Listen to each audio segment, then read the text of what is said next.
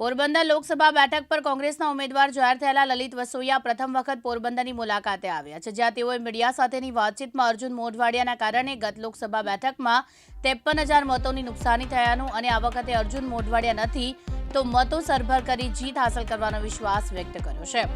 અર્જુન મોઢવાડિયાના ગયા પછી પોરબંદર કોંગ્રેસ પાસે કાર્યકરો રહ્યા નથી, પરંતુ આજે લલિત વસોયાએ પ્રથમ વખત પોરબંદરની મુલાકાત લીધી, ત્યારે આમ આદમી પાર્ટીના પૂર્વ ઉપપ્રમુખ અને 50 જેટલા સ્થાનિક કાર્યકરો સાથે સંગઠન મજબૂત કરવા અને લોકસભાની તૈયારીઓ કરવા મીટિંગનું આયોજન કર્યું હતું।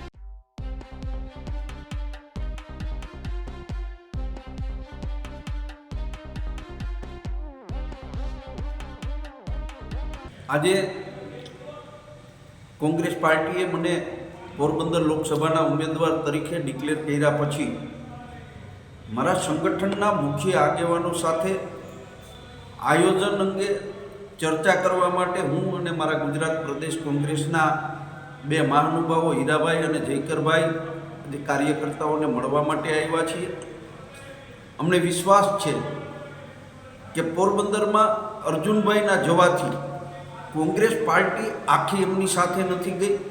કાર્યકર્તાઓ તાકાત અને જુસ્સાથી હજુ પણ કોંગ્રેસ પાર્ટી માટે લડવા માટે તૈયાર છે અને આગામી ચૂંટણીની અંદર સૌ કોંગ્રેસના કાર્યકર્તાઓ તાકાતથી લડશે ને એના માટેનું અમે આજે આયોજન કરી રહ્યા છીએ। ગત લોકસભાની ચૂંટણીમાં તમે ઉભા હતા ત્યારે તમને અર્જુનભાઈની સામે ફાયદો થયો તો નુકસાન થયું?